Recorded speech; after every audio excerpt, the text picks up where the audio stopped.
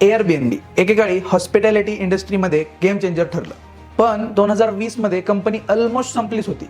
मग त्यांनी काय केलं की ते अजूनही मार्केट लीडर म्हणून कायम आहेत. 2008 मध्ये ब्रायन आणि जो यांनी सुरुवात केलेलं एअरबीएनबी हॉटेल इंडस्ट्रीला डिस्टर्ब करणारं नाव ठरलं. लोकांना स्वस्त आणि वेगळ्या पद्धतीचं राहण्याचं ठिकाण हवं होतं, पण हॉटेल्स महाग होत्या.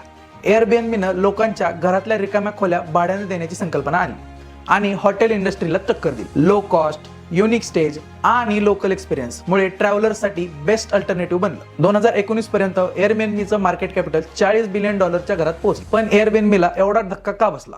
त्यांनी सगळ्या सेगमेंटमध्ये पाय पसरले. एक्सपान्शन वरती फोकस करत त्यांनी प्रॉफिटेबिलिटी वरती फोकस कमी केला. त्यात अनेक शहरांनी एअरबीएनबीवर बंदी आणली.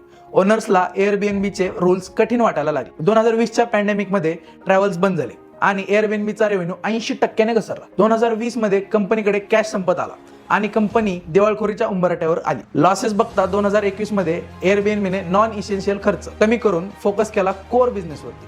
वर्क फ्रॉम एनिवेअर ट्रेंडला पकडत रिमोट वर्कर्ससाठी लॉंग टर्म रेंटल्स आणले. कमकुवत लिस्टिंग हटून हाय क्वालिटी प्रॉपर्टीज आणि सेफ्टी मेजर्स वाढवले. मग काय, 2023 मध्ये एअरबीएनबीचा रेव्हेन्यू $9.8 बिलियन पार आणि कंपनी पुन्हा मार्केट लीडर बनली.